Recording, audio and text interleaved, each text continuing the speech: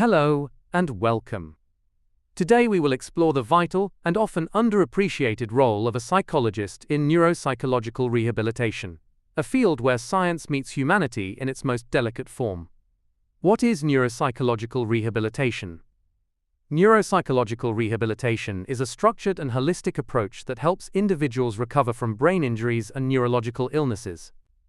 This includes conditions like stroke, traumatic brain injury, brain tumors, epilepsy, neurodegenerative disorders like Parkinson's or dementia. Here, the psychologist is not just a therapist, but a healer of identity, cognition, and emotional well-being.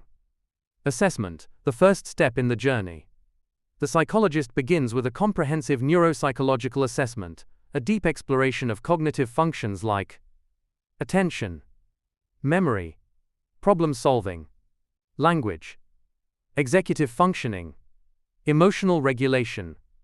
This assessment doesn't just identify deficits, it builds the roadmap for rehabilitation, helping the team and family understand what is lost, what is intact, and what can be restored. Next is cognitive rehabilitation.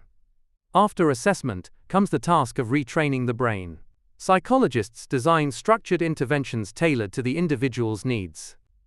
For example, memory strategies using notebooks, alarms, or digital aids. Attention retraining through graded tasks. Executive function training using puzzles, planning exercises, and behavioral prompts. Behavioral shaping to reduce impulsivity or apathy.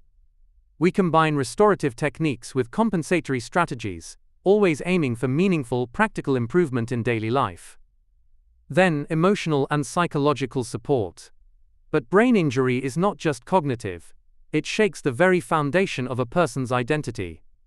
People often experience depression, anxiety, irritability, emotional outbursts, and sometimes deep grief over who they used to be.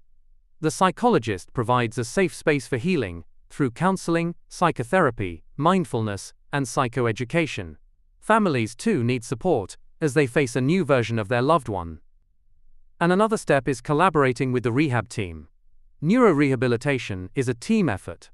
Psychologists work closely with physiotherapists, occupational therapists, speech and language therapists, neurologists and physicians, social workers. We provide behavioral insights, set realistic goals, and help sustain motivation and compliance, critical for recovery. The psychologist helps integrate the emotional and cognitive with the physical and social, ensuring the person is treated, not just the brain. Next, advocacy and community reintegration. Rehabilitation doesn't end at discharge.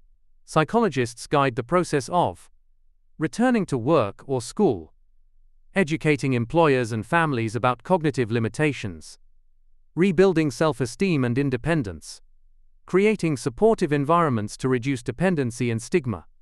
This is the long arc of healing, where psychology meets advocacy. Last but not least, research and evidence-based practice. Many psychologists in this field also engage in research and innovation. We study the impact of trauma on cognition, the efficacy of interventions, long-term outcomes, culturally sensitive tools and therapies. Through this, we refine our methods and expand the possibilities of recovery.